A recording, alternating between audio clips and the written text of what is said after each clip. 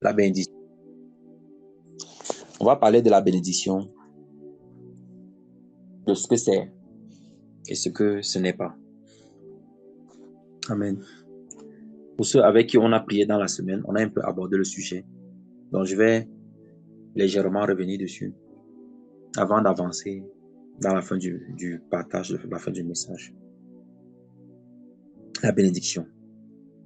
Qu'est-ce que c'est? Comme je l'ai dit, aujourd'hui, le mot bénédiction c'est l'un des mots les plus employés après le nom de Jésus-Christ dans les églises. C'est l'un des mots les plus employés. Le mot bénédiction. On ne peut pas finir un culte. C'est difficile, hein, que finir un culte sans employer le mot. On dit David, il était un roi, il s'est levé pour danser, Dieu l'a béni. À la manière que tu vas danser, Dieu va te visiter. On utilise le mot pour encourager les gens à danser, à donner. Dieu va ouvrir les écluses des cieux, machin. Les gens font des études très approfondies sur la dîme, les bénédictions qui sont liées à ça, comment tel type d'offrande, tout ça. On fait tellement de choses. Tout ça, c'est lié au mot bénédiction. Mais comme je l'ai dit, quand j'ai appris, quand le Seigneur m'a fait la grâce de comprendre le sens profond des mots, à chaque fois qu'un mot est employé dans la Bible, ce que je fais, c'est que je cherche la première occurrence de ce mot-là. La première fois que ce mot a été employé, et par qui? Et comment Dieu l'a compris, ou comment Dieu a voulu qu'on le comprenne. C'est à partir de là que je prends ma référence, que je prends appui. Et on va se rendre compte que la bénédiction n'est rien de tout ce que les gens disent là. Je vous assure, ce n'est rien de tout ça. Donc, on va aller dans les textes. Je vais d'abord revenir un peu sur ce qu'on a vu en semaine. Alors, on va aller dans le livre de Genèse. Genèse, chapitre 1. Genèse, chapitre 1. Je vais prendre je vais lire d'abord du verset 21 au verset 22. Suivez. Dieu créa les grands poissons et tous les animaux vivants qui se meuvent et que les eaux produisirent en abondance selon leur espèce. Il créa aussi tout oiseau ailé selon son espèce. Dieu vit que cela était bon. Dieu les bénit en disant, soyez féconds, multipliez et remplissez les eaux des mers et que les oiseaux multiplient sur la terre. Voilà ce que le Seigneur dit. Verset 22 dit, Dieu les bénit en disant, soyez féconds, multipliez et remplissez les eaux des mers et que les oiseaux multiplient sur la terre. Maintenant, dans le verset 26, il dit, puis Dieu dit, faisons l'homme à notre image, selon notre ressemblance, et qu'il domine sur les poissons de la mer, sur les oiseaux du ciel, sur le bétail, sur toute la terre, et sur tous les reptiles qui rampent sur la terre. Dieu créa l'homme à son image, il le créa à l'image de Dieu, il créa l'homme et la femme. Dieu les bénit, et Dieu leur dit, soyez féconds, multipliez, remplissez la terre, et l'assujettissez, et dominez sur les poissons de la mer, sur les oiseaux du ciel, et sur tout animal qui se meut sur la terre. Ici, on est dans Genèse chapitre 1. On voit que on dit Dieu créa l'homme et la femme. J'avais expliqué ça pendant la retraite un peu. Ici, l'homme et la femme étaient créés, mais la femme n'était pas encore manifestée. C'est-à-dire, la femme n'était pas visible du point de vue de l'homme, bien sûr. Mais du point de vue de Dieu, elle l'était déjà. Mais la femme était en l'homme au moment où Dieu fait tout ça. Et on dit que Dieu les bénit. C'est-à-dire qu'il a béni les deux. Il a béni l'homme qui portait la femme en lui. Parce que c'est après dans Genèse 2 qu'il plonge l'homme dans le sommeil et fait donc sortir la femme de lui. Parce que l'homme n'était pas conscient que la femme était en lui à ce moment-là. Et lorsque Dieu fait cette bénédiction, ils sont un. Quand il dit donc soyez, Dieu leur dit soyez féconds, multipliez. Dieu est en train de donner une instruction alors que la personne qui doit se manifester pour que Adam puisse multiplier n'est pas encore visible. Mais Dieu a dit, il les a bénis. Je voudrais attirer notre attention sur le verset 22 et le verset 22. Dans le verset 22, on dit Dieu les bénit en disant, les animaux ont été bénis Et quand on dit en disant, ça veut dire que c'est dans ce que Dieu disait là que c'était la bénédiction. Les animaux ont été bénis dans ce que Dieu disait. Quand Dieu a dit, soyez féconds, multipliez-vous. Ça, c'était la bénédiction des animaux. Et c'est souvent un peu étrange de voir que des personnes aujourd'hui pensent que lorsque quelqu'un enfante, lorsque quelqu'un a un enfant, c'est une bénédiction. Ce n'est pas une bénédiction. Je vais vous expliquer pourquoi. D'après le contexte, le mot utilisé par le Seigneur, comme voici là. Le mot qu'on a dit, il a béni les animaux en disant. Les animaux ont été bénis dans ce que Dieu disait. C'est dans ces mots-là, dans sa parole-là, que la bénédiction des animaux se trouvait. Mais dans le verset 28, avec l'homme, Dieu a plutôt béni l'homme. Et Dieu leur dit. Donc, il y a eu deux choses qui se sont passées. Il les a bénis, premier verbe d'action, et il leur a dit, deuxième verbe d'action. C'est deux actions différées. Donc, la bénédiction de l'homme ne se trouve pas dans ce que Dieu a dit. Ce que Dieu leur a dit là, c'était une instruction, une information qu'il leur donnait. Tandis qu'au niveau des animaux, c'est ce que Dieu disait qui était la bénédiction. C'est ce que Dieu disait qui était la bénédiction.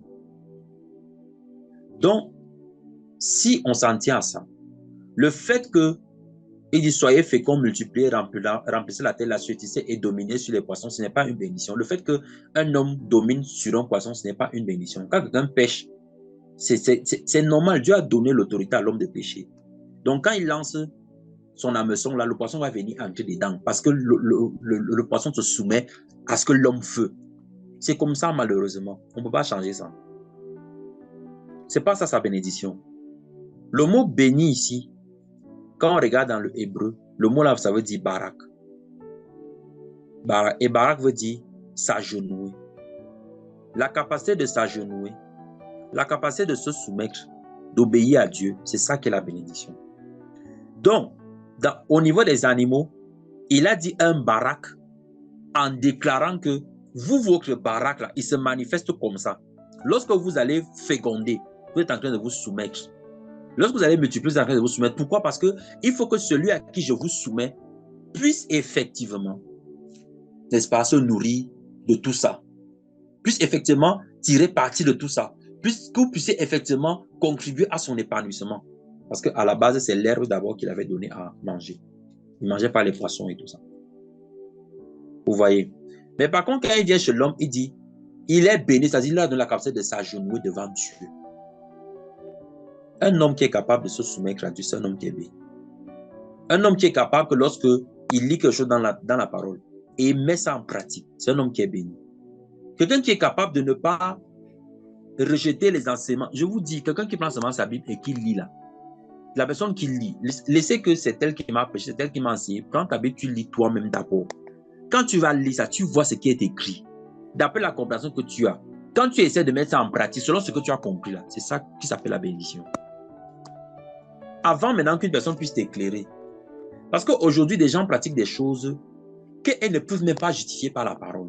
Mais quand on dit que c'est elle qui a enseigné ça, il a sur la base de quoi? Il a pris un verset déformé. Ces personnes ne sont pas bénies. Je vous dis, la bénédiction, ce n'est pas la capacité de faire ce qu'un homme t'a dit de faire. C'est de se soumettre à Dieu.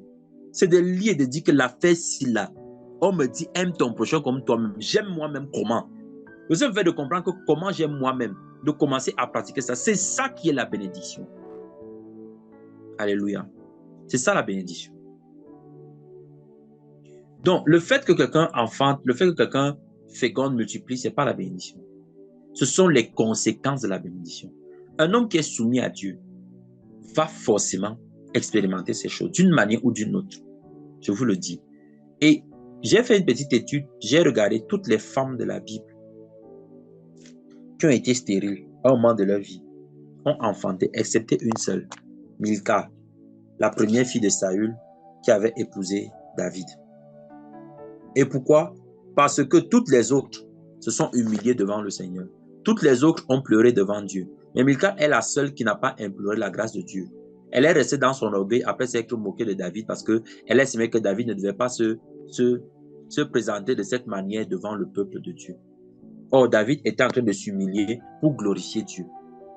Donc, ce n'était pas la danse de David qui a fait que Dieu l'élève. C'est parce qu'il s'est humilié. Et ce sont des choses comme ça qu'on ne comprend pas. C'est parce qu'il s'est humilié. C'est parce que David a compris que devant le Seigneur, il n'y a pas les habits de roi. La première fois qu'ils avaient transporté l'arche, non seulement ils avaient mal transporté, mais en plus, il était revêtu des habits de roi. Qui est roi devant le roi? Quand on arrive devant le roi, on enlève nos titres, nos casquettes, tout ça. Même si tu es DG, tu es directeur, tu es président, c'est ton problème là-bas. Quand on arrive devant le roi, là, tu dois enlever ces choses. Et ce sont des choses qu'on ne trouve plus aujourd'hui dans l'église. Aujourd'hui, on trouve honteux. On trouve honteux que un ministre chante pour glorifier Dieu. On trouve ça honteux. Mais on dit aux autres, dansez, dansez, dansez, Dieu va vous bénir. Mais on ne dit jamais ça au ministre danser. Parce qu'on estime qu'il a de l'honneur, de la gloire. Et c'est ça le problème. David n'a pas été béni parce qu'il a dansé. Dans ces choses-là, où on dit danse, Dieu va te visiter, ce n'est pas la danse. C'est ce qui est caché derrière l'instruction, qui est la bénédiction. C'est la capacité de s'agenouiller, de se prosterner, de s'humilier devant Dieu. Si quelqu'un danse pour s'humilier devant le Seigneur, c'est une bénédiction pour lui, parce qu'il est béni dans le fait qu'il s'est humilié. S'agenouiller. S'agenouiller. Donc, toutes ces femmes ont pu expérimenter l'enfantement parce qu'elles se sont humiliées devant le Seigneur. Elles sont humiliées. La façon dont on dit s'humilier, c'est selon que le Seigneur a conduit chacune. Quand vous regardez, commençons avec Sarah. C'est dans le livre de Hébreux, au chapitre 11, que l'on comprend que quand Sarah a ri, c'est parce qu'elle avait manifesté la foi. Mais quand on lit l'histoire dans Genèse 18, on a dit que Sarah rit parce qu'elle a douté. Mais c'est l'auteur de Hébreux, au chapitre 11, qui nous dit que Sarah, c'est pas la fois que Sarah a souri lorsqu'on lui a dit qu'elle va enfanter. Moi, ces versets, ça m'a troublé pendant un long moment. Sarah elle-même ne savait pas qu'elle riait à cause de ça. Parce qu'elle avait dit, naîtra-t-il un enfant à une vieille femme, à une femme âgée comme ça? Mon Seigneur, même, il n'a même plus de désir. C'est cette partie qu'on a retenue. Mais elle a d'abord souri avant. Ça veut dire que au moment où elle a souri, elle croyait, elle a reçu cette parole avec joie, que je peux enfanter. Maintenant, les doutes sont venus par la suite. C'est là où elle a commencé à dire. Donc, quand le Seigneur lui a dit, tu as souri, elle regardait les doutes qu'elle avait émis. Donc, la parole ne se concrétise pas. Il faut que le Seigneur nous éclaire. Sarah était en train lorsqu'elle a ri là, c'est la joie qui a rempli son cœur. Elle ne se moquait pas de ce que l'autre avait dit. Elle a reçu une joie de dire que comment ce monsieur-ci peut croire que je peux enfanter? Elle a eu la joie qu'on ait confiance au fait qu'elle puisse enfanter. Maintenant, les doutes de la chair ont commencé à venir sur elle. Mais mon Seigneur même est déjà vieux, il n'a même plus de désir même. Il est déjà âgé. Ça va se passer comment? Donc, quand le Seigneur lui a dit que pourquoi as-tu ri? Elle a cru que le Seigneur l'accusait. Alors que le Seigneur était en train de lui dire que tu devais faire confiance à ce riz-là. Reste sur le riz là. Tu as ri. Elle dit non, je n'ai pas ri. Il dit en effet, tu as ri. Est-ce qu'il l'accusait? Qu'elle s'est moquée. Mais Sarah, elle voyait seulement les mots qu'elle a dit à la fin. C'est ça qui a créé le fait que nous, on s'attarde seulement sur le fait qu'elle a été incrédule. Amen. Donc, Sarah a pris la nouvelle avec joie. Aujourd'hui, quand tu vas dire, peut-être, tu peux recevoir du Seigneur. C'est vrai qu'il y a beaucoup de faux prophètes aussi, mais tu peux recevoir du Seigneur pour parler. Tu dis que le Seigneur va te faire enfanter. Et parfois, ça provoque même la tristesse plus que la joie. Parce qu'elle est désespérée, en fait. Elle est déçue. Elle a tellement reçu de promesses qu'elle n'a pas vu ça s'accomplir. Donc, elle a peur de croire encore, afin que son cœur peut lui faire mal. Son cœur peut lui faire mal. Si cette parole, comme je dis, la manière de parler du Fils, là, il atteste. Le Fils atteste. Si c'est une parole que tu avais déjà reçue et que quelqu'un atteste, il faut rire comme Sarah. Et vous allez voir que Sarah, elle a enfanté. Ça arrive chez Rebecca, la femme d'Isaac. Elle aussi, elle ne pouvait pas enfanter. Isaac a imploré Dieu pour sa femme. Regardez toujours l'humilité. Qu'on a un frère qui s'est marié, là où de l'église où j'étais avant, il n'arrive pas à enfanter. Jusqu'à présent, quand il s'était marié, sa femme et lui ont constaté qu'ils ne peuvent pas faire d'enfant. Alors, le frère est bien orgueilleux. Je dis bien orgueilleux. Le Seigneur me parle au travers de ce frère-là. Il me parle plutôt pour ce frère. Le Seigneur me dit que moi, je veux lui donner l'enfant. C'est lui qui ne veut pas s'humilier devant ma face. Et la manière de parler du frère, lui parlait, dit que lui, le Saint-Esprit lui a montré qu'il peut enfanter, donc lui croit que Dieu va pouvoir le faire. Vous savez, il y a une manière d'utiliser le mot croire là, qui est de l'orgueil. Il y a une manière de l'utiliser et qui est l'humilité. Il y a une manière de l'utiliser qui est l'humilité. Le Seigneur m'a dit que comme il parle comme ça, il est dans l'orgueil. Moi, je ne vais pas lui donner l'enfant. Pas que je refuse, mais ce n'est pas le chemin que j'ai prévu. L'exaucement là se trouve dans son humiliation, la capacité à se soumettre à Dieu. C'est ça la bénédiction. Et ce frère-là, il était resté dans sa position. Et jusqu'aujourd'hui, peut-être qu'il est encore dans ça. On ne se parle plus vraiment. Donc, je ne sais pas. La dernière fois, il était dans cette position-là. Jusqu'aujourd'hui, il n'a pas eu d'enfant. Quelqu'un peut tourner dans une affaire du flou comme ça, là. Tout simplement parce que le canevas, la manière dont Dieu a prévu, la personne ne va pas passer par là. Je vous dis la vérité. Je vous dis. On voit que toutes celles qui sont humiliées ont eu des enfants. Aujourd'hui, par la grâce de Dieu, le Seigneur peut nous permettre d'avoir des enfants de plusieurs manières. Il peut te dire, prends cet enfant-ci et qu'il devienne le tien. Et on a un cas avec Jésus sur la croix. Quand il a dit à Marie que mère, voici ton fils. Donc Jean est devenu le fils de Marie en remplacement de celui qu'elle avait perdu dans la chair, qui était cloué sur la croix. C'est devenu son fils par adoption. Et Marie devait lui donner exactement les mêmes prérogatives, les mêmes privilèges que comme c'était Jésus même qui était sorti d'elle. Jésus nous a montré aussi un autre moyen.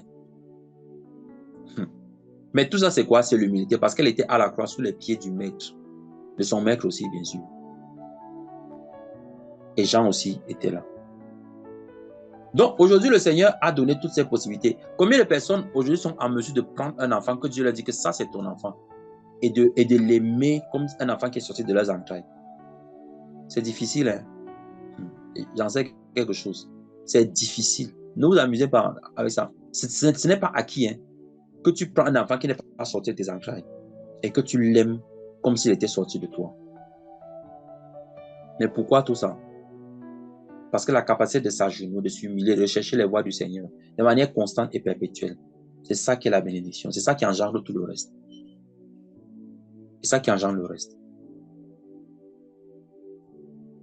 Je voudrais qu'on continue encore. Donc, en principe, lorsque quelqu'un enfante, c'est la conséquence de la bénédiction. Oui. Et même enfanter sur le plan spirituel. Il faut être béni pour enfanter sur le plan spirituel. Pas les choses que les gens disent que papa, daddy, machin. Quand tu reconnais vraiment que quelqu'un t'a enfanté sur le plan spirituel, là, tu vas voir que sa manière de faire les choses avec le Seigneur, je dis la manière pure, hein, pas les mauvaises habitudes que les démons enfantent les gens là, mais sa manière de faire les choses avec Dieu, son esprit, son zèle, les valeurs que Christ a mises en lui, ces valeurs vont être communiquées. Tu vas recevoir ces valeurs-là. Tu vas comprendre que cette personne-ci t'a enfanté. Tu vas voir les valeurs de cette personne en toi. Tu vas les voir. Je dis ses valeurs propres, sa manière de servir Dieu, sa manière de faire les choses. Tu vas voir ces valeurs-là. Oui. Mais quand tu vois que tu es détaché des valeurs de cette personne, de la manière de servir Dieu, sache que ce n'est pas cette personne qui t'a enfanté. Mais les gens ne comprennent pas ça. Et c'est pour ça que beaucoup s'empressent d'appeler tout le monde papa, daddy, machin, ceci, parce que tu crois que comme il est là, je peux t'appeler papa par respect, mais dans mon étude, je ne te considère pas comme si tu m'as enfanté sur le plan spirituel. Oui, je peux t'appeler par respect, papa. Si je ne retrouve pas tes valeurs en moi, je ne peux pas considérer ça. Aujourd'hui, combien de personnes, n'est-ce pas, vivent ces choses, ont des valeurs même concrètes à celles que beaucoup de ces personnes-là ont, mais estiment quand même que c'est cette personne qui m'a enfanté. Amen.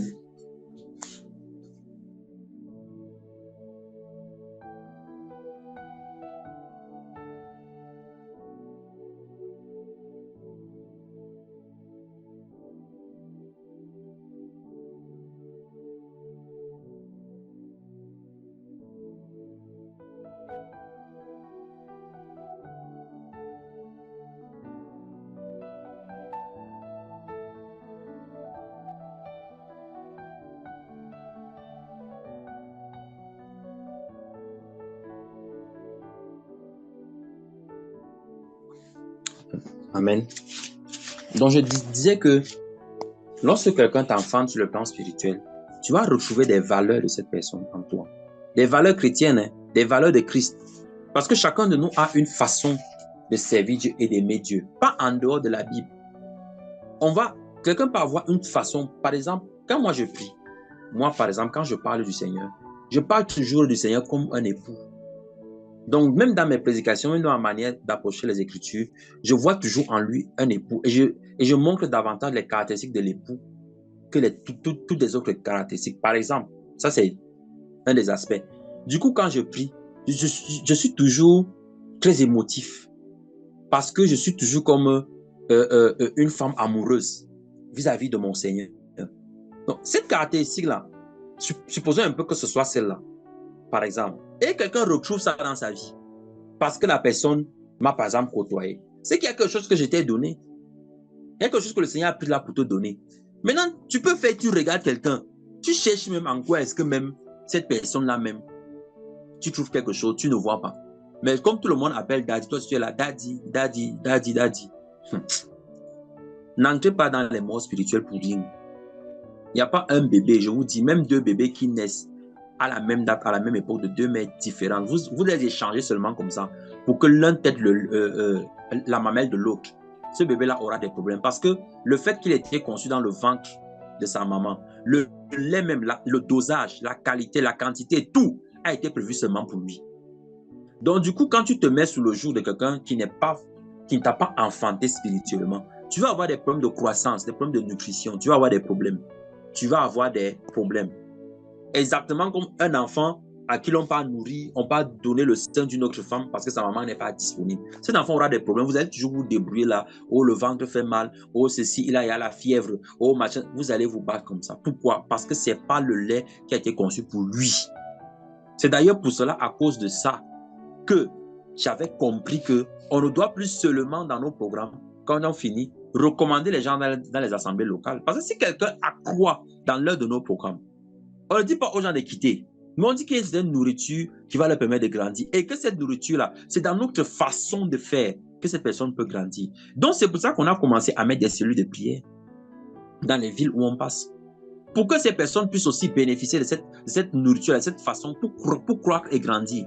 Elles peuvent rester dans leurs assemblées. On ne dit à personne de quitter, mais on leur fait comprendre que s'il y a des valeurs qu'on t'a transmises, il y a quelque chose que tu dois prendre sur cette personne. Donc, faites attention, ne vous mettez pas sur le joug de n'importe qui. Donc, vous voyez, Isaac avait le même réflexe que son père. Il a compris. Il a vu que son père avait imploré Dieu pour Sarah. Isaac est parti implorer. Rebecca a eu l'enfant. Jacob et Ésaü qui sont sortis de son ventre. Ça a été la même chose avec Rachel. Jacob a aimé Rachel. Ce n'était pas Léa que Jacob avait aimé. Mais Dieu a donné des enfants à beaucoup plus à Léa. Pourquoi? Parce que Léa n'était pas aimée. Et Dieu voyait la tristesse de Léa. Il a dit que c'est par là que le Seigneur viendra.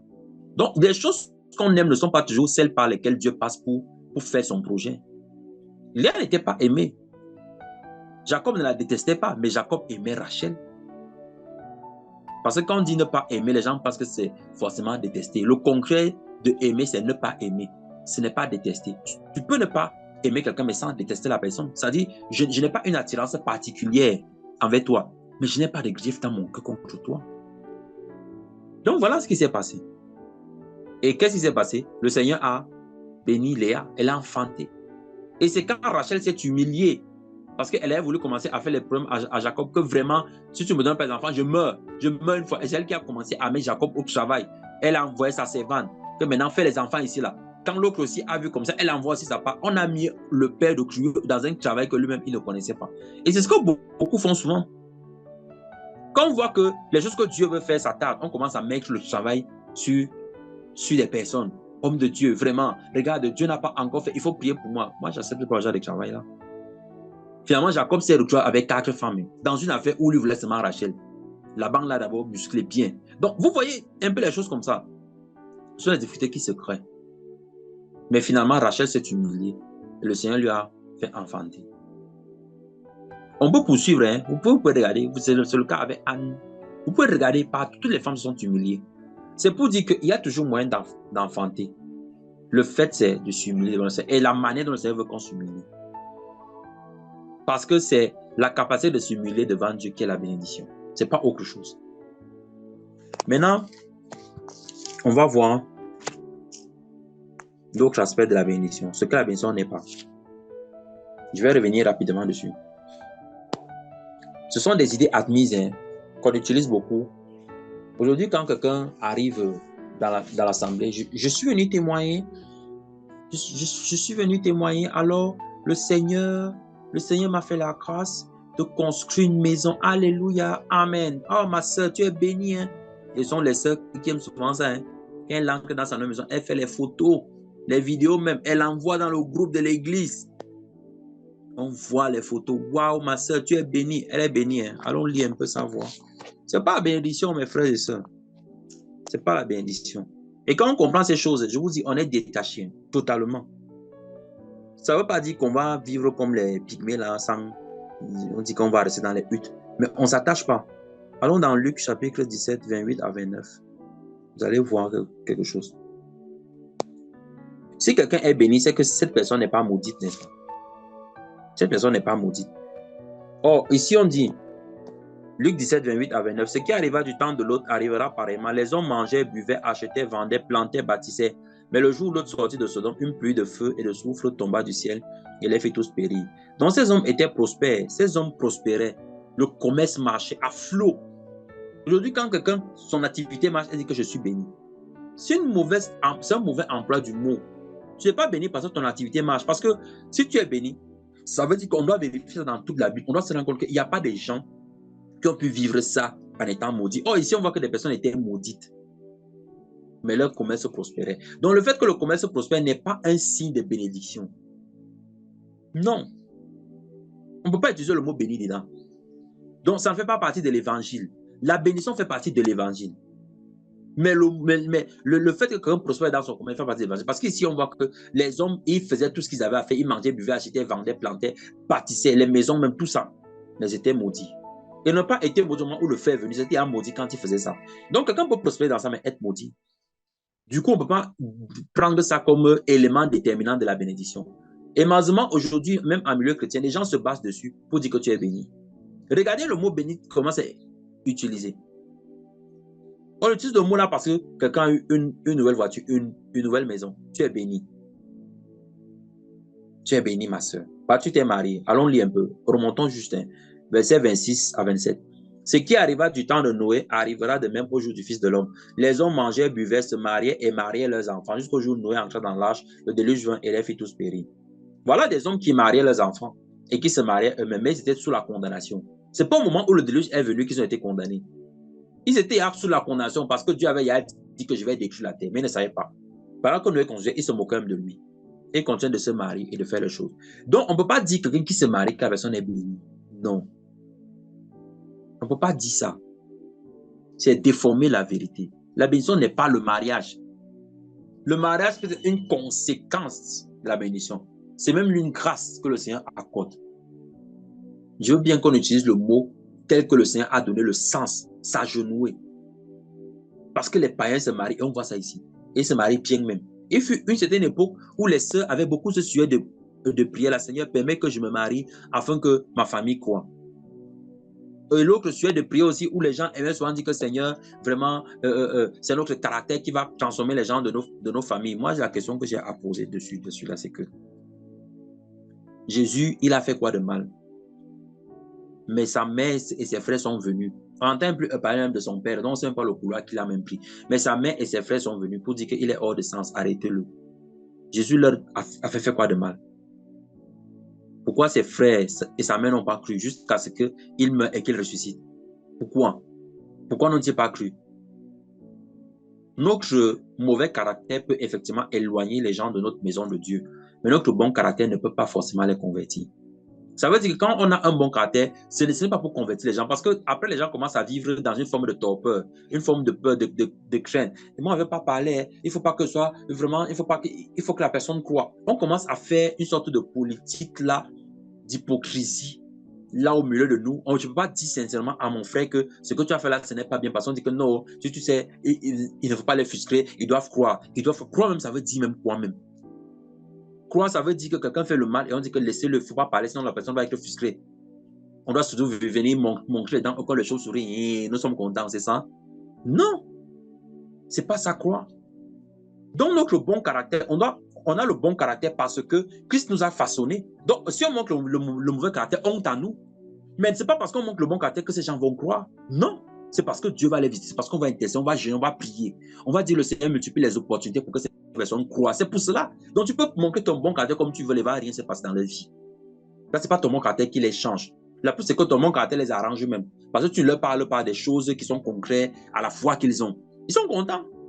Ils peuvent continuer de se saouler, de sortir avec les femmes, de faire tout ce qu'ils veulent. Ils peuvent continuer parce que tu dis que, hey, il ne faut pas que je fasse ça. Ils doivent croire. Mes frères, c'est démoniaque.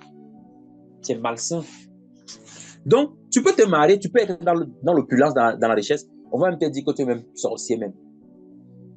Qui vous dit que c'est même Dieu. Alors, tu la pratiques. Quelqu'un peut avoir l'argent comme ça. Tu donnes même maintenant. C'est-à-dire, tu commences même à faire le bien. On dit que quelqu'un peut donner son argent comme ça. Il n'a rien à faire.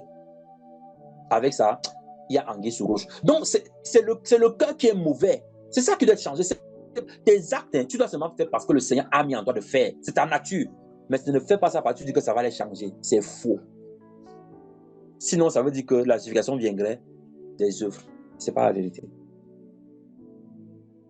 Donc, des personnes qui disent ça, je suis marié, je suis béni. Et vous regardez les témoignages aujourd'hui dans l'église. Quand les gens parlent de ça, ce n'est que de ça qu'on parle. Ah, le mal est tel. Ah, le Seigneur les a bénis. Non, c'est un moment de réjouissance. Les païens aussi se réjouissent dans le mariage. Qu'est-ce qu'on fait? Mais est-ce qu'ils sont capables de s'agenouiller? Le Seigneur a dit, il est béni et leur dit. Donc, il les a bénis. Il leur a donné la capacité de s'agenouiller devant lui. C'est ça la bénédiction. Maintenant, il leur a dit. Dans Deutéronome 28, quand vous lisez ça bien, le verset 8 dit que j'ordonnerai à la bénédiction d'être avec toi. Comment il peut appeler les choses qu'il dit là? Voici les bénédictions qui seront ton partage. Après, j'ordonnerai à la bénédiction. Vous ne trouvez pas ça étrange? C'est comme si le Seigneur se concrétisait. C'est parce qu'il est en train de dire que quand il appelle les choses à bénédiction, c'est pour notre entendement. C'est pour notre compréhension. Parce que le Seigneur, au commencement, ce n'était pas ainsi. Qu'est-ce qu'il a promis à Adam en échange de son obéissance? Qu'est-ce que Dieu l'a promis? Dieu n'a rien promis. Par contre, il a promis quelque chose en échange de sa désobéissance. Le jour où tu mangeras le fruit de cette arbre, tu vas mourir. Le jour où tu mangeras cette arbre, tu vas mourir.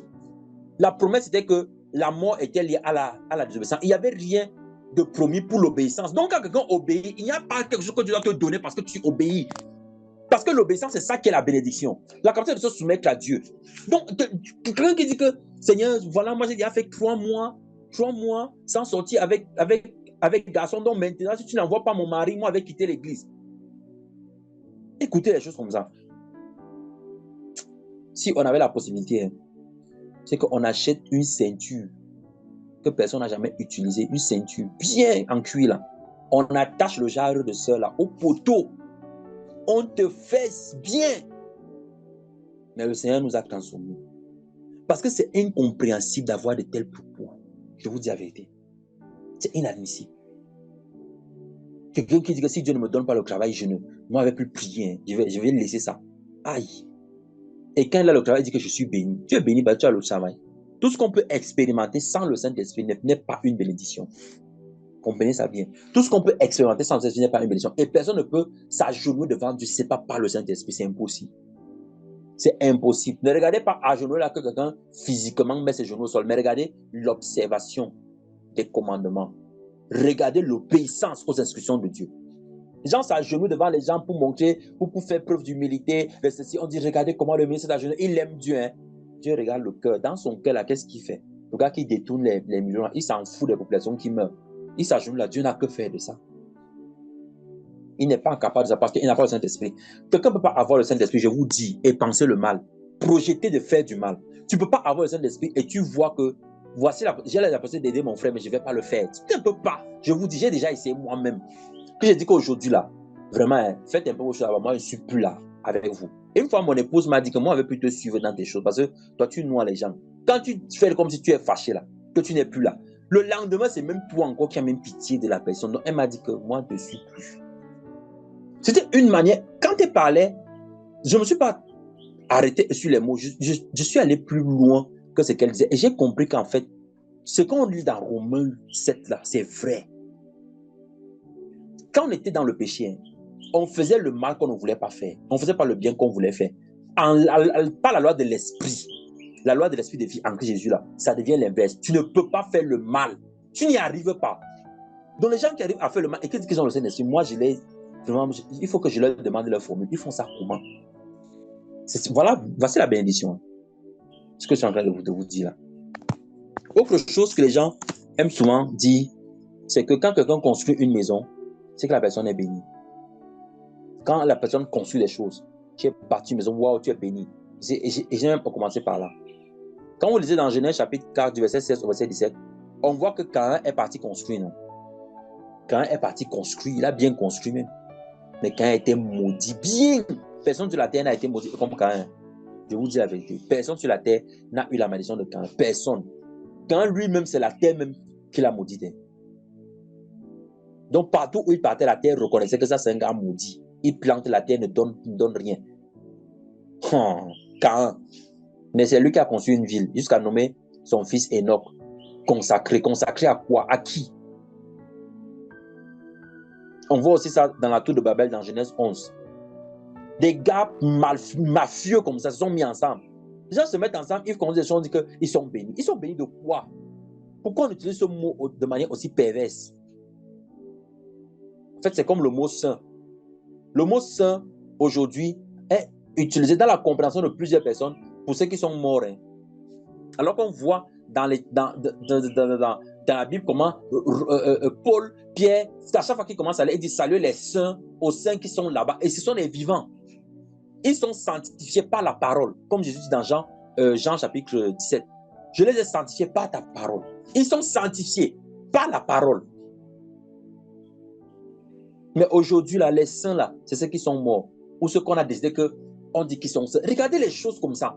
Donc, quand on emploie le mot, ce n'est plus le sens que Dieu a donné. Ce n'est plus le sens là. Ce n'est plus ce sens. Puisque les Paul, les Pierre, on n'a pas appelé ce mot dans ce sens. On n'a jamais appelé quelqu'un qui est mort saint. Ils n'ont jamais soucié de ça. Ils ont toujours appelé ceux qui étaient leurs contemporains les saints. C'est-à-dire ceux qui vivaient par la parole de Dieu, qui se soumettaient à Dieu. Voilà la sanctification. Donc, c'est pareil avec le mot bénédiction. La prospérité matérielle n'est pas signe de bénédiction. Dans Genèse chapitre 30, on voit que Jacob était béni puissamment même. Mais dans Genèse 32, il dit au verset 26 que je ne te laisserai point aller tant que tu ne m'es béni. Il parlait de quoi? On va dire qu'il voulait ajouter la bénédiction sur la bénédiction. Il dit ajoute encore, ajoute encore, ajoute encore. Les compréhensions sataniques. C'est-à-dire, on croit que quand Dieu dit qu'il donne la bénédiction, regardez un peu David et Salomon. Quand Dieu apparaît à David, quand Dieu le bénit là, Dieu a encore continué de dire que je vais encore te bénir, je vais encore... Vous avez vu ça? Dieu ne faisait que lui rappeler sa promesse. Pareil avec Salomon. Dieu l'a apparu une fois, il l'a béni. Il dit voici, voici, voici. Bon, pour être exact, il lui est apparu 2 fois. Mais il a béni une fois. Voici ce que je te donnerai. La deuxième fois, il rappelait seulement ses promesses. Donc, cette idée où on se dit que Dieu ajoute la bénédiction sur la bénédiction, c'est une idée qui est païenne, c'est une conception païenne. C'est comme si quand Dieu va venir bénir, il va d'abord donner un peu, après il va encore venir mettre comme les hommes font. Dieu ne fait pas comme ça. Quand tu dis qu'il te bénit, il te donne la plénitude de ce qu'il a préparé pour toi.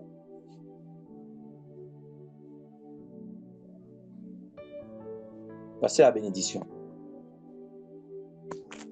Donc la prospérité matérielle n'est pas signe de bénédiction. Sinon, Jacob n'aurait pas dit qu'il ne laisserait pas aller cet homme sans qu'il ne le bénisse. Et les bénédictions ne s'accumulent pas. Ce n'est pas un problème d'accumulation. Donc au commencement, il n'en était pas ainsi. Dieu n'avait pas promis quelque chose en échange de l'obéissance d'Adam. Il n'y avait pas quelque chose que quand tu obéis, voici ce qui va te... Non, il n'a jamais dit ça. Quand le Seigneur vient parler de ça dans Deutéronome 28, c'est parce que son peuple se détourne de lui. Il dit que mais vous suivez même les balles là pourquoi même? Vous ne remarquez pas que je vous donne toutes ces choses-là? Obéissez seulement. Voici ce qui va vous arriver si vous obéissez. C'est là où il leur révèle les choses qu'il vivait déjà sans s'en rendre compte. Qu'est-ce qu'ils ont fait en Égypte pour qu'ils sortent avec les richesses d'Égypte? Qu'est-ce qu'ils ont fait? Ils ont prié. Dieu a seulement dit demander. C'est l'obéissance. Mais aujourd'hui, là, ça n'intéresse pas les gens. Les témoignages, pour entendre quelqu'un qui va venir dire que je veux bénir le Seigneur parce que j'ai fait une prière afin que le Seigneur m'enlève un caractère qui n'était pas bien. Et j'ai jeûné pendant un nombre de jours parce que je voulais entendre, je voulais écouter la voix de Dieu. Je voulais vraiment l'écouter. Et le Seigneur m'a répondu. Le Seigneur m'a donné ceci. Le Seigneur a fait ceci. Suivez ça un peu. Quand vous entendez un témoignage comme ça, j'espère que c'est vraiment la bénédiction. Mais regardez les témoignages dans nos églises. C'est même scandaleux même.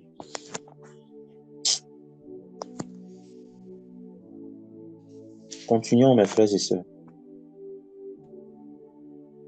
Donc, toutes ces choses ne sont pas la bénédiction. Deutéronome 28, quand on lit Deutéronome 28 avec la compréhension que je viens de dire ici, là, vous comprenez exactement ce qui se passe avant. Tout ce que le Seigneur cite là, ce sont les conséquences de la bénédiction. La preuve, c'est que le verset 8 il dit, j'ordonnerai la bénédiction avec toi. La bénédiction, c'est une personne. Et on va aller voir, aller lire dans un texte qui le prouve, dans deux textes. Commençons d'abord dans Genèse chapitre 12. Genèse chapitre 12. En partie du verset 1, suivez. L'Éternel dit à Abraham, va-t'en de ton pays, de ta patrie et de la maison de ton père, dans le pays que je te montrerai. Je ferai de toi une grande nation, je te bénirai, je rendrai ton nom grand et tu seras une source de bénédiction. Suivez bien, une source de bénédiction, je rendrai ton nom grand. Ça dit que tous ceux qui mettront leur foi en Abraham auront la même capacité que Dieu est en train de lui donner. Je ferai en sorte que tu puisses te prosterner devant moi, que tu puisses m'adorer, que tu puisses m'obéir. C'est ça la bénédiction.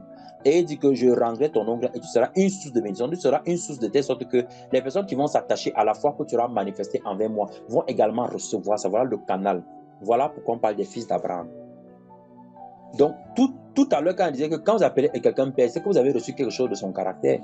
Donc, les personnes qui appellent Abraham père, là, on doit voir en ces personnes la capacité de se soumettre à Dieu comme Abraham l'a fait. Les gens disent que nous sommes fils d'Abraham alors qu'ils sont des fils de démons. Et c'est ce que Jésus a reproché aux pharisiens. Est-ce que vous ne pouvez pas dire que vous êtes fils d'Abraham? Si vous étiez fils d'Abraham, vous me connaîtriez. Vous allez reconnaître que je suis le Seigneur, que je suis venu pour vous. Mais vous ne reconnaissez pas ça. Maintenant, suivez le verset 3. Je bénirai ceux qui te béniront, je maudirai ceux qui te maudiront. C'est-à-dire que tu ne peux pas être béni et maudit en même temps. Ce n'est pas possible. Donc, c'est ceux qui bénissent Abraham qui sont bénis.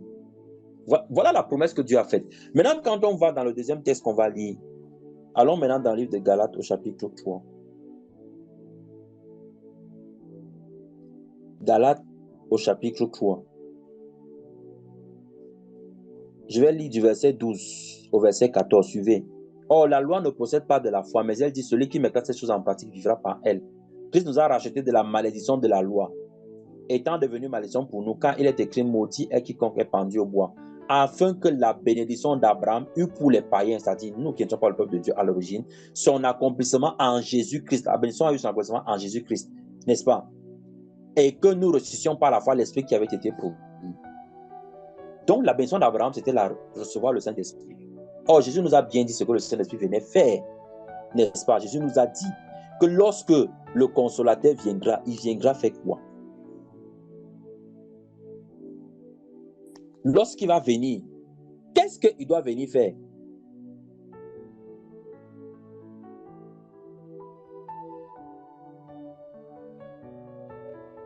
Et moi, je prierai le Père, Jean 14, 16, et il vous donnera un autre consolateur afin qu'il demeure éternellement avec vous. L'Esprit de vérité que le monde ne peut recevoir parce qu'il ne le voit point, ne le connaît point, mais vous, vous le connaissez. Car il demeure avec vous, il sera en vous. Je ne vous laisserai pas orphelin, je viendrai à vous. Quand Jésus dit que je viendrai, moi je vais venir à vous, je ne vous laisserai pas orphelin. Or, c'est l'Esprit qui est venu. Donc, l'Esprit, c'est le Seigneur et l'Esprit, c'est Dieu.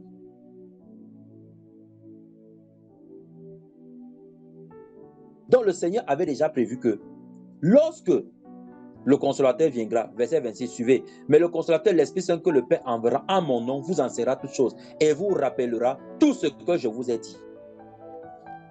Maintenant, quelqu'un dit qu'il a le Saint-Esprit, mais l'Esprit ne lui rappelle pas les choses que Jésus a enseignées. Le Saint-Esprit lui montre plutôt comment prendre soin de lui, manger les fritures, choisir maillot au lieu de olé. Regardez les choses comme ça là. J'ai besoin de Saint-Esprit pour faire ça. J'ai besoin de Saint-Esprit vraiment pour aller faire ça. On prend Saint-Esprit comme c'est notre bonne. Moi, je ne sais même pas. Vraiment, je dois porter quoi? Il peut t'inspirer, c'est vrai. Il peut te dire que porte ça. Mais ce n'est pas son rôle premier. Il n'est pas là pour ça. Il n'est pas là d'abord pour ça. Et quand nous disons ça, c'est parce que nous sommes têtus. Quand toi, tu sais que tu vas dans une réunion importante, tu dois t'habiller comment? Vraiment, mes frères et sœurs,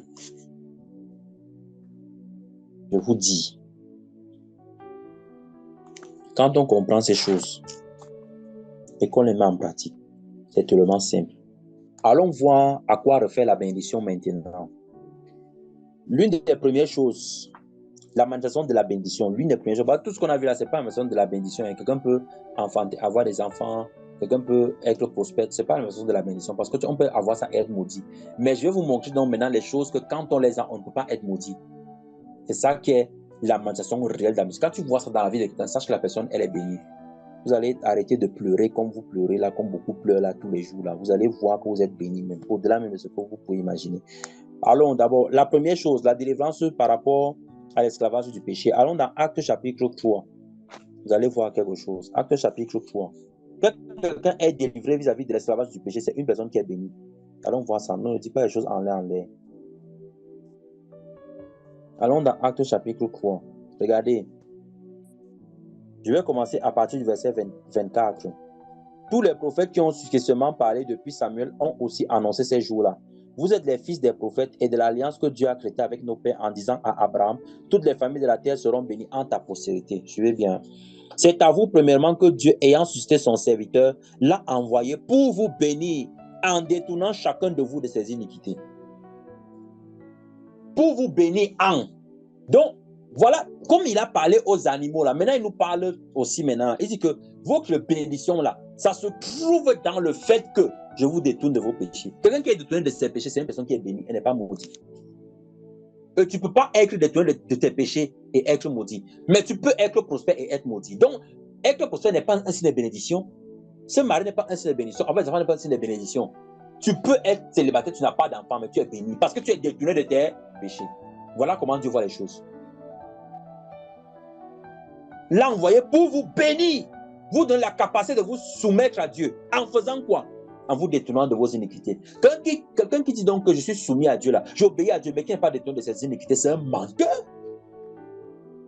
C'est un menteur. Et il ment tellement que Satan même se tient à côté comme ça et le regarde et dit, chiaï! C'est un gros menteur. Quelqu'un qui continue de pratiquer les choses mauvaises. Qui tu lis, tu sais bien que Dieu est contre ça, mais tu pratiques et tu dis que tu es béni. Tu es béni de quoi? Et c'est ce que les gens font. Possède ta destinée, possède ton héritage, possède. Et le temps, ce n'est jamais le Saint-Esprit. Hein. Ce n'est jamais ça. Possède, ancre dans ta destinée. Ancre dans ton héritage. Possède. Posséder quoi? Voici la bénédiction. Continue de lire encore. Donc, quand quelqu'un se rend compte que j'étais colérique et la colère est partie, c'est que tu es béni. Tu es béni. Tu es béni. Amen. Le deuxième signe de la bénédiction, c'est la persécution. Allons lire. On va aller dans Philippiens chapitre 1, verset 29. Les gens qui sont persécutés là. Et on dit que si vraiment le Seigneur est Dieu, pourquoi est-ce qu'il ne te secoue pas? Et les gens commencent aussi à faire les prières. Seigneur, regarde comment on se moque de ton serviteur. Regarde comment on se moque de ta servante. Réponds-moi, Seigneur. Tu es en train de dire en fait que Seigneur, fais-moi sortir de la bénédiction. C'est ce que la solution de prière veut dire en fait. Seigneur, fais-moi sortir de la bénédiction. Il faut relire Hébreux 11 bien. On dit que Moïse, là, il avait compris que il valait mieux qu'il souffre avec ses frères que de jouir de la gloire, de la richesse de Pharaon. Il a compris qu'il était béni en allant souffrir avec eux. Mais les gens font les soeurs de prière pour sortir de là et disent que Seigneur, bénis-moi, vraiment. Le sens des mots, quand on ne comprend pas ça, je vous dis, on fait des dégâts spirituels.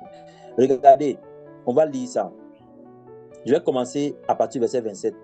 Seulement conduisez-vous, je suis en Philippiens 1, à partir du verset 27. Seulement conduisez-vous d'une manière digne de l'évangile de Christ, afin que, soit que je vienne vous voir, soit que je reste absent, j'entende dire de vous que vous demeurez ferme dans un même esprit, combattant d'une même âme par la foi de l'évangile, sans vous laisser aucunement effrayer par les adversaires, ce qui est pour eux une preuve de perdition, mais pour vous de salut. Donc les gens qui viennent pour te menacer là, oh, il faut laisser les affaires de Jésus. Je vous dis, c'est une preuve de perdition pour eux. Pour nous, c'est une preuve de salut. Comment? Les gens entrent dans la rose croix. Vous n'entendez pas les gens se lever et dire que laisse la rose croix. Les gens entrent dans la franc-maçonnerie. On ne dit pas que laisse la franc-maçonnerie. Mais quand tu entres, tu dis que tu veux prier le Seigneur, il faut laisser les affaires de Jésus là. Vous pensez que ce sont des personnes qui sont normales? Non. Suivez. Verset 29. Et cela de la part de Dieu, quand il vous a été fait la grâce par rapport à Christ, non seulement de croire en lui, mais encore de souffrir pour lui. En soutenant le même combat que vous m'avez vu soutenir et que vous apprenez maintenant que je soutiens. Il vous a été fait grâce. Donc c'est une bénédiction. Hein. Il vous a été fait grâce de souffrir pour lui. Quand tu souffres pour le Seigneur, tu es dans la bénédiction, même bien, comme on dit chez nous. Tu es dedans bien. Mais aujourd'hui, quand les gens souffrent, non, non, non, non, non, non. Seigneur, délivre-moi. Délivre-moi de cette souffrance. Seigneur, je veux sortir de là. Seigneur, délivre-moi. Je dis bien souffrir pour l'évangile. Hein. Je ne dis pas souffrir pour le mauvais caractère des gens. Que tu es là, tu insultes tout le monde dans le quartier. Et puis tu dis que je souffre pour Christ. Je dis souffrir pour l'évangile. Tu fais tout ce que le Seigneur te demande de faire et on te persécute quand même. C'est une bénédiction. Combien de personnes veulent rester dedans? Il faut voir. On va faire le décompte après. Continuons d'abord. Allons dans Matthieu chapitre 5, verset 11. Des choses qu'on lit. Mais le serpent vient dire, vous ne mourrez point, vous ne mourrez point. Vous ne mourrez point, vous ne mourrez point. Heureux serez-vous lorsqu'on vous outragera, qu'on vous persécutera et qu'on dira faussement de vous toutes sortes de mal à cause de moi. À cause de qui? À cause de Jésus. On n'a pas dit à cause de Pierre, à cause de Jean, à cause de Paul. On n'a pas dit à cause des prophètes. Alléluia. C'est un amen qui est difficile. Il y a même ceux qui subissent les persécutions à cause de Marie. Il a dit à cause de moi. Hein. Donc si on te persécute à cause de ton travail, ça c'est ton problème. Ce n'est pas une bénédiction ça. Si on te persécute à cause de ton argent, ça c'est ton problème. Seigneur, regarde, il me persécute parce que je suis riche. Et le problème est où? Ça, ce n'est pas une bénédiction. On te persécute à cause du nom de Jésus. C'est-à-dire que parce que tu fais du bien aux gens. Parce que tu libères les captifs. Parce que tu renvoies libre les opprimés. Parce que tu consoles les cœurs brisés. On te persécute à cause de ça. Comme j'ai vu des frères faire, dès que tu es là avec quelqu'un, la personne souffre, tu ne donnes pas de solution. Dès que une autre personne vient la consoler, tu reviens vers, tu commences à montrer que non, tu es là, tu es là, tu es là, tu es là. Je suis là, je suis là, je suis là. Des frères marabouts comme ça, je te dis. Ce sont des frères qui préparent les potions magiques dans leur chambre, dans la nuit. De manière inconsciente, je veux bien croire. Parce que ce n'est pas possible autrement. Un caractère de diablotin. Parce que ça sont les petits diables. Un caractère comme ça. Un frère là à côté de toi, il souffre. Tu n'as pas égard à ça. Tu ne rends pas visite, tu ne sais pas comment il se porte. Quand le Seigneur suscite un autre frère qui va avoir compassion, que vous voyez vraiment, qu'il se passe vraiment, il prend du temps. Dès que tu remarques ça, c'est là que tu te souviens que tu es un daddy, que tu es un père, et qu'il y a ta fille là-bas, il y a ton fils là-bas, il y a ceci. Et les frères aussi non aguerris là, ils commencent aussi, ils viennent encore là. Vraiment, le Seigneur m'a convaincu. Il t'a convaincu de quoi? Il t'a convaincu de quoi? De quoi vraiment? De quoi, mes frères et sœurs? De quoi? Allons lire un autre passage que j'aime bien. Nous sommes toujours dans Matthieu. Je demande si ce sont les sorciers, bien ce sont les vrais frères.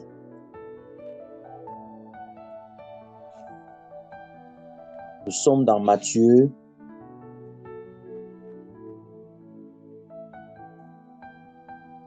Dans Matthieu chapitre 25. Regardez.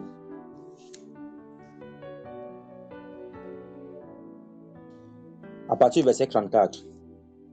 Non, à partir du verset 33. Il mettra les brebis à sa droite et les boucs à gauche.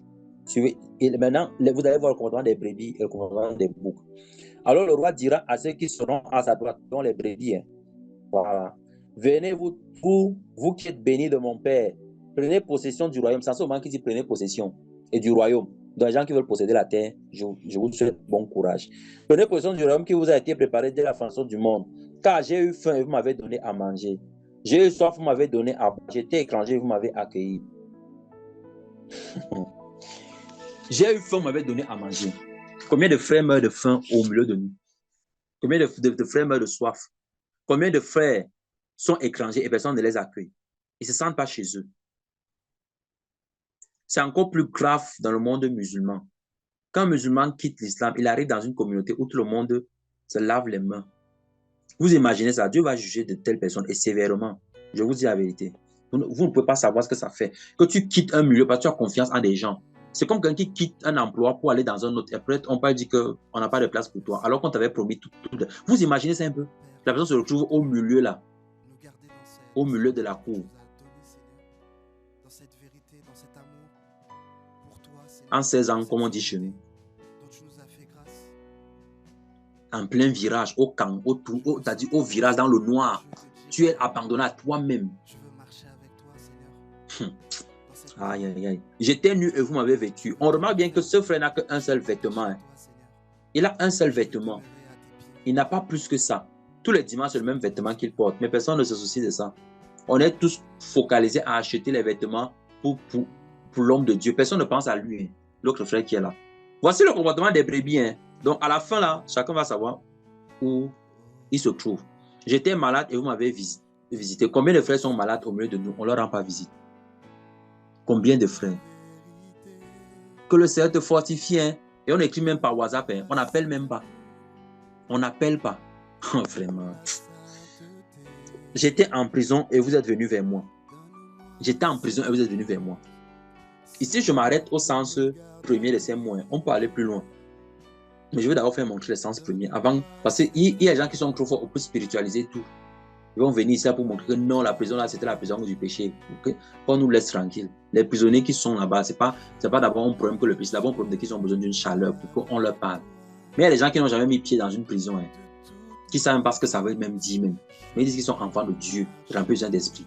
Ils n'ont même pas un jour dans leur vie, je dis un jour, eu le temps. Ils préfèrent rester couchés là, avoir les visions prophétiques, les visions profondes, ou de quel ciel, moi je ne sais même pas. Mais les prisonniers sont là, personne ne leur rend visite. Les justes lui répondront, Seigneur, quand avons-nous vu avoir faim et t'avons-nous donné à manger, ou avoir soif et t'avons-nous donné à boire? Quand avons-nous vu étranger et t'avons-nous recueilli, ou nu et t'avons-nous vêtu? Quand avons-nous vu malade ou en prison et sommes-nous allés vers toi? Il n'a pas dit que quand quelqu'un est malade, envoyez l'argent, il dit allez vers la personne. C'est ça qui est bien. Suivez. Le roi leur répondra, verset 40, je vous le dis en vérité, toutes les fois que vous avez fait ces choses à l'un de ces plus petits de mes frères, c'est à moi que vous les avez fait. Voici l'évangile, est simple, puissant, problème. Mais ça là même, là, les francs-maçons font plus avec les enfants de Dieu. Mais ils ont dans les raisons, dans les visions prophétiques. Ils voient que j'avais les portes, les murs des maisons. Il est chez lui, il a vu comment tu es en train de commettre le péché. C'est tout ce qu'ils peuvent voir. Hein. Ils ne peuvent pas voir comment tu es malade aussi. Tu dois te rendre visite. Ils voient simplement comment un péché te guette d'hier. Comment tu vas tomber bientôt. Il faut qu'on jeûne, on prie pour toi. Regardez, verset 42. Verset 41. Ensuite, il dira à ceux qui sont à sa gauche, dans les boucs, retirez-vous de moi, maudits, allez dans le feu éternel. Ils sont maudits pourquoi? C'est parce qu'ils blasphémaient. C'est parce qu'ils étaient des impudiques, des débauchés. Non, ils sont maudits pourquoi? Suivez. Voilà la malédiction. Hein. Quelqu'un qui fait ça n'est pas béni. Hein. Car j'ai eu faim et vous ne m'avez pas donné à manger. Quelqu'un qui voit son frère mourir de faim et qui ne donne pas, c'est une malédiction. J'ai eu soif, vous ne m'avez pas donné à boire. On n'a pas dit que le bishop, on a dit le frère. J'étais étranger et vous ne m'avez pas recueilli. J'étais nu et vous ne m'avez pas vêtu. J'étais malade et en prison et vous ne m'avez pas visité. Les personnes qui n'ont jamais rien, je n'ai jamais le temps. Je suis toujours pressé. Je n'ai jamais ceci. Je ne peux pas partir. Oh, je n'ai pas vraiment, je n'ai pas l'argent de transport. Il faut continuer de ne pas avoir. Hein. Il faut seulement continuer comme ça. Parce que, voici dit que les maudits là, c'est ça. Hein. Simplement. Je n'ai jamais pour partager. On n'a jamais. Il faut toujours qu'on vienne partager avec moi. Jamais. Tu n'as jamais l'eau pour de même l'eau. À boire un verre d'eau, tu n'as jamais l'eau là. Quelqu'un est malade, tu n'as jamais le temps pour rendre visite dans un hôpital. Jamais le temps. Jamais. Mes frères, continuons seulement avec la persécution. Donc vous tous qui faites ces choses, ne vous découragez pas. Amen. Faites ces choses. Ce n'est pas de ça que le salut émane, mais c'est de ça qui atteste qu'on est sauvé. Acte 14. La persécution. Acte 14 est une source de bénédiction. Allons au niveau du verset 21 au verset 22. Suivez. Quand ils eurent évangélisé cette ville et fait un certain nombre de disciples, ils retournaient à Lystre et à Icône et à Antioche. Ils retournaient pour aller faire quoi? Fortifiant l'esprit des disciples, les exhortant à persévérer dans la foi et disant que c'est par beaucoup de tribulations qu'il nous faut entrer dans le royaume de Dieu. Mais aujourd'hui, on dit tu es un conquérant, tu es un vainqueur. La lance de l'Éternel est entre tes mains, transperce tes ennemis par la force toute puissante de l'esprit. On dit, mettons-nous en prière. Les gens parlent comme des crocodiles. On ne sait même pas si c'est ce qu'ils prient même. Mais ils te disent qu'ils sont en train de prier en langue. Des crocodiles qui se mangent entre eux. On dit qu'ils ont fortifié les frères. Voilà les encouragements. Ils ont fortifié les frères. Ce n'est pas seulement de voir le mauvais aussi dans la vie des gens, c'est aussi de les encourager. Oh, tel n'a pas fait ça, tu n'aimes pas Dieu. À quel moment tu encourages les frères? C'est une preuve de bénédiction. À quel moment? Ils ont fait d'avancer, ils sont retournés à l'Israël iPhone, à Antioche, pour aller fortifier les frères, que vraiment, ce que vous subissez là, que le Seigneur vous garde, qui vous encourage, c'est pas ça qu'on doit entrer. Tenez bon, mes frères. La couronne est bientôt, c'est pour bientôt. On ne peut pas dire ça aux gens. On est là pour, c'est-à-dire dans une prédication, on parle de soi-même pendant 40 minutes. On parle de Jésus pendant 5 minutes. Et on prie pendant 1 minute. On dit que le message était puissant. Tu expliques comment toi, les gens veulent te faire tomber, tu ne vas pas tomber. Ça sert à quoi de dire tout ça? Ou de fortifier les gens, ça sert à quoi? Ça sert à quoi de venir parler de toi? Ça sert à quoi? Tandis qu'ils sont bénis. Vraiment. Allons encore voir la persécution. Vous allez aimer la persécution, mes frères. Révélation 1:9. Je n'ai pas dit de chercher la persécution. Je dis que vous allez aimer. Parce qu'il y a d'autres qui se disent que quand je suis dans la persécution, je suis où? Vraiment. Que le Seigneur nous aide seulement. Allons dans Jean. Je dis Jean, dans Révélation 1 du verset 8 au verset 9. Suivez. Je suis l'alpha et l'oméga, dit le Seigneur Dieu. Celui qui est, qui était, qui vient, le Tout-Puissant. Moi, Jean, votre frère, verset 9, et qui est pas avec vous à la tribulation et au royaume et à la persévérance en Jésus. J'étais dans l'île appelée Patmos à cause de la parole de Dieu et du témoignage de Jésus. Donc, les gens qui se retrouvent dans l'île de Patmos là, à cause des poulets brisés, à cause des cuisses de porc et tout ça, vous n'allez pas avoir les révélations. Il ne va pas vous ravir en esprit. Jamais. Jamais de la vie. Les gens qui se retrouvent en Patmos, isolés à cause d'autres motifs que par la parole de Dieu et le témoignage de Jésus. Or, le témoignage de Jésus est l'esprit de la prophétie. Si ce n'est pas à cause de ça, il n'y a pas de vision. Les gens qui se plaignent que je n'ai pas de vision, tout ça, vous savez quoi faire. Sortez de Patmos là. Le Patmos des cuisses de poulet et tout ça. Maintenant, on va voir un dernier truc. Être en Christ. C'est la bénédiction. Allons dans Éphésiens chapitre 1, verset 3. Être en Christ est une bénédiction. Regardons ça. Éphésiens 1. Béni soit Dieu, le Père de notre Seigneur Jésus-Christ, qui nous a bénis de toutes sortes de bénédictions spirituelles dans les lieux célestes en Christ Jésus. Les gens lisent ça, hein. Mais après on dit possède ton héritage. Oh, vraiment. Lisons le dernier verset et on va prier. 2 Corinthiens, chapitre 4. 2 Corinthiens 4. Mes frères et sœurs. J'ai un cantique que j'ai reçu par rapport à ça. Suivez 2 Corinthiens 4, du verset 15 au verset 18. Car tout cela arrive à cause de vous, afin que la grâce en se multipliant fasse abonder à la gloire de Dieu les actions de grâce d'un plus grand nombre. C'est pourquoi nous ne perdons pas courage, et lors même que notre homme extérieur se détruit, notre homme intérieur se renouvelle de jour en jour. Car nos légères afflictions du moment présent produisent pour nous, au-delà de toute mesure, un poids éternel de gloire. Parce que nous regardons non point aux choses visibles, mais à celles qui sont invisibles. Car les choses visibles sont passagères, et les invisibles sont éternelles. Voici la bénédiction. Être en Christ est une bénédiction. La capacité de regarder aux choses éternelles, de souffrir pour elles. Parce que nous savons que nos légères afflictions produisent pour nous un poids éternel de gloire. Cette capacité-là que le Seigneur nous a donnée, qu'il a donnée à tous ceux qui manifestent la foi dans ce qu'Abraham avait fait, qui sont fils d'Abraham. Voilà le caractère. Voici la bénédiction. La bénédiction, c'est le Saint-Esprit. La bénédiction que le Seigneur avait promise à Abraham, c'était le Saint-Esprit. L'Esprit de Christ en nous donne de nous soumettre à Dieu. nous aide, nous fortifie, il nous encourage, il change notre caractère, notre façon de faire les choses. Il nous donne une compréhension nouvelle des mots que le Seigneur emploie.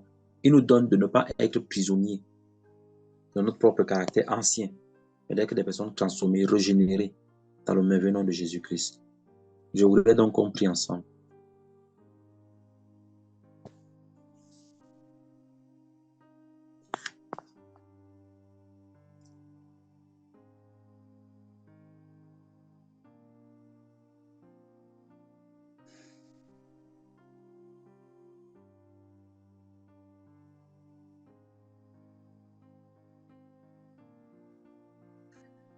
Car nos légères afflictions produisent pour nous un poids éternel de gloire auprès du Maître. Car nos légères afflictions produisent pour nous un poids éternel de gloire auprès du Maître pour l'éternité. Car nos légères afflictions produisent pour nous un poids éternel de gloire auprès du Maître pour l'éternité. Car nos légères afflictions produisent pour nous un poids éternel de gloire auprès du Maître pour l'éternité. Car nos légères afflictions produisent pour nous un poids éternel de gloire auprès du Maître pour l'éternité. Car nos légères afflictions produisent pour nous un poids éternel de gloire auprès du Maître pour l'éternité. Car nos légères afflictions produisent pour nous un poids éternel de gloire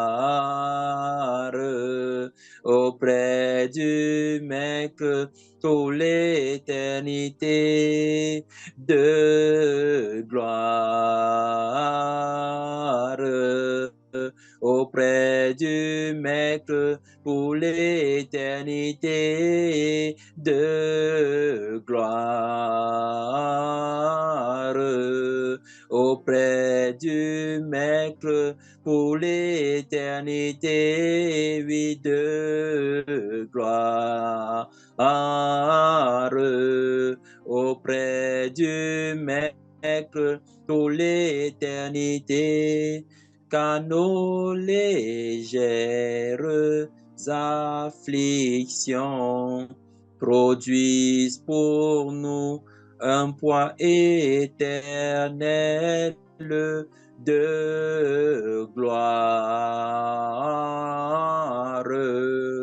auprès du Maître pour l'éternité. Seigneur, nous ne voulons pas renoncer, nous ne voulons pas abandonner, nous ne voulons pas comprendre les mots tels que le monde veut nous les faire comprendre. Être béni, c'est la capacité de t'adorer. Être béni, c'est la capacité de se prosterner devant toi, la capacité de t'obéir. Être béni, c'est lorsque notre être tout entier réfléchit au moyen le plus efficace de pouvoir faire ta volonté.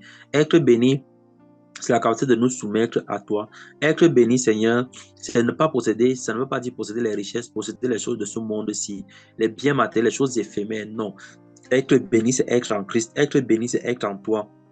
Être béni, c'est t'appartenir. Être béni, c'est être tes enfants. Être béni, Seigneur, c'est de pouvoir marcher dans les voies que tu as tracées droites devant nous. C'est d'endurer les persécutions. Être béni, c'est d'être délivré de l'esclavage vis-à-vis du péché. Être béni, Seigneur, c'est que nos légères afflictions du moment produisent pour nous un poids éternel de gloire. Nous le savons parce que tu l'as dit. Nous le croyons parce que tu l'as dit, Seigneur. Nous ne pouvons pas croire à autre chose. Parce que ce que tu dis, c'est ça que tu fais. C'est pour ça que nous te prions, Seigneur, en ce jour, afin que tu viennes à notre secours encore.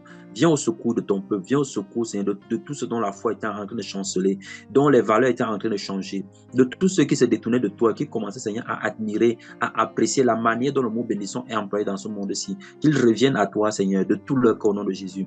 Ramène-les, Seigneur, à cause de toi. Tu as dit à cause de ta jalousie, à cause de ton Saint-Nom, tu ramèneras ton peuple. Ramène, Seigneur, toutes ces personnes. Ramène-les, Seigneur. Et fortifie-nous par ta grâce au nom de Jésus. Donne-nous que ce que nous disons aujourd'hui ne change pas demain. Accorde-nous cette grâce de ne pas nous détourner de cette vérité que tu nous fais comprendre maintenant. Nous ne voulons pas être changés, Seigneur, demain. Nous voulons continuer de persévérer dans ces voies. Nous ne savons pas ce qui nous attend. Peut-être demain, nous allons rencontrer des épreuves tellement difficiles que nous serons enclins à vouloir changer. Mais je te prie de venir à notre secours. Lorsque tu verras ces choses, Seigneur, viens à notre secours. Si elles doivent arriver, viens nous secourir, Seigneur, et rappelle-nous ces paroles.